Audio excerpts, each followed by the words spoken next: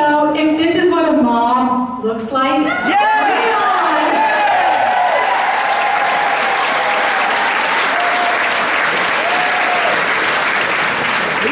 we hear the rhetoric from our president, it's very interesting because my last talk that I gave talked about what leaders do and how leaders behave. And what we see out of our president is not leadership. And that's what I want to bring to Washington, D.C. I want to bring strong leadership that is respectful, that is inclusive of all people, that listens to everyone. And that is one of the reasons I'm running, because everybody I have talked to has told me that Daniel Webster doesn't listen, that he doesn't hear what they have to say. Whether you're a Democrat or Republican, whether you're male or female, veteran or not, it doesn't matter if you're LGBTQ or you're straight, you've told me all the same thing. Daniel Webster does not listen to you. Daniel Webster does not hear you. So that's what I'm about. And I've been in the villages, and I cannot thank you enough for your support. I know for me, for Orrin, and for Gary, who have been on this campaign trail for 9 months now. Wendy Williams said it great. She's running for county commission in Citrus. She said, running for office is sort of like being pregnant.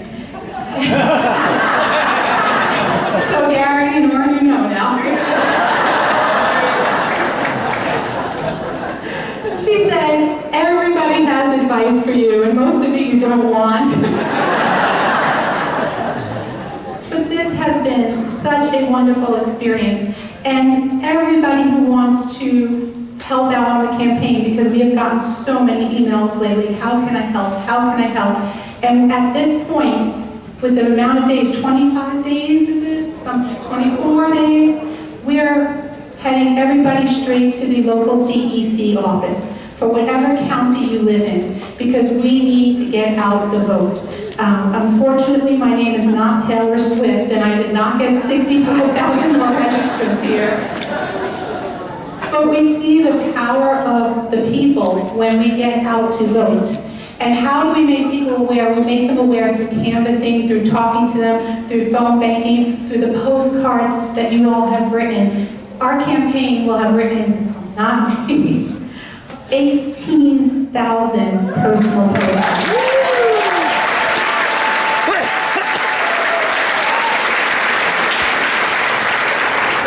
And that is a compliment to each and every one of you who has worked at your DEC, who has gotten out the vote. This win is for all of us, for all of you, and for everybody in our district who will benefit from this win. The other thing that we are doing, which is so amazing, is we're talking to people. And I want to share a canvassing experience I had. I've had so many, but this one was great.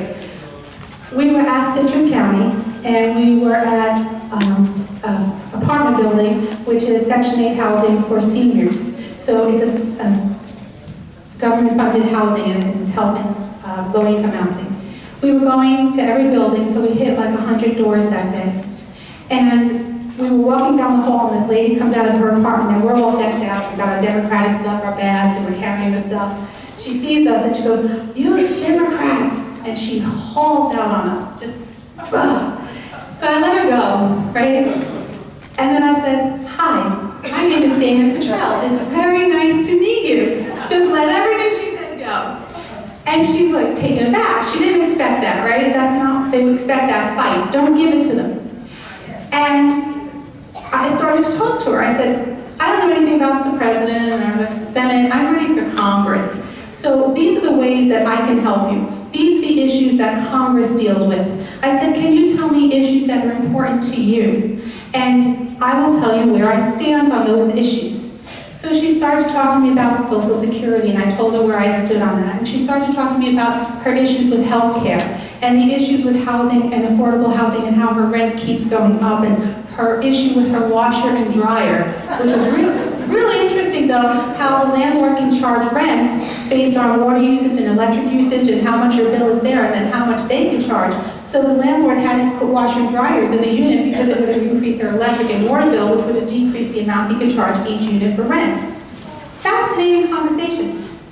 After talking to her, she said, "Can I have your card? I think I'll vote for you." I said, "Of course you can. Hand her my card."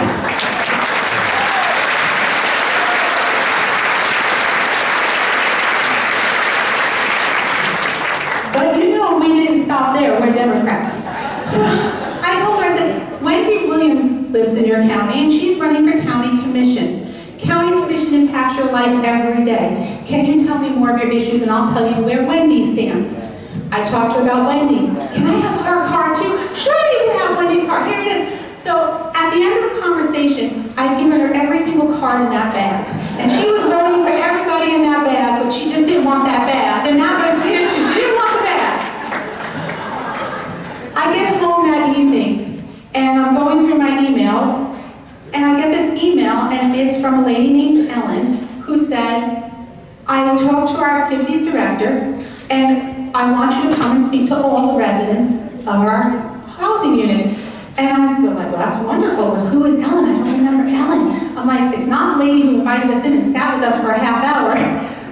Which lady was Ellen? So I called the person I was canvassing with, and I said, look up his name. Which apartment was she? And he said, that's Ellen, 100A. That's the lady who yelled at us. She invited us back to speak, and we are going to speak to her on November 1st.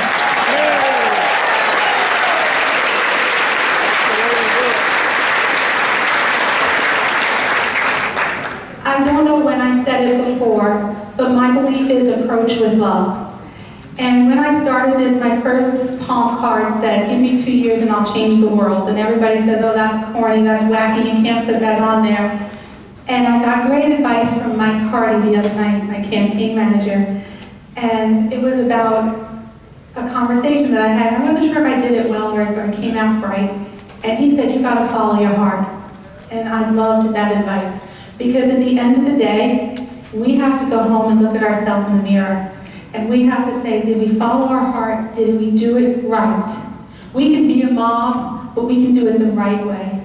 And politicians, our job, we are civil servants, is to listen to you. And when you're not listened to, and you're going to make a vote on Kavanaugh, and the senators will not listen to the women who went to speak to them, then it does become an angry mob. And they had every right to be angry, they had every right to be upset when the people that work for them would not listen. And that's my job.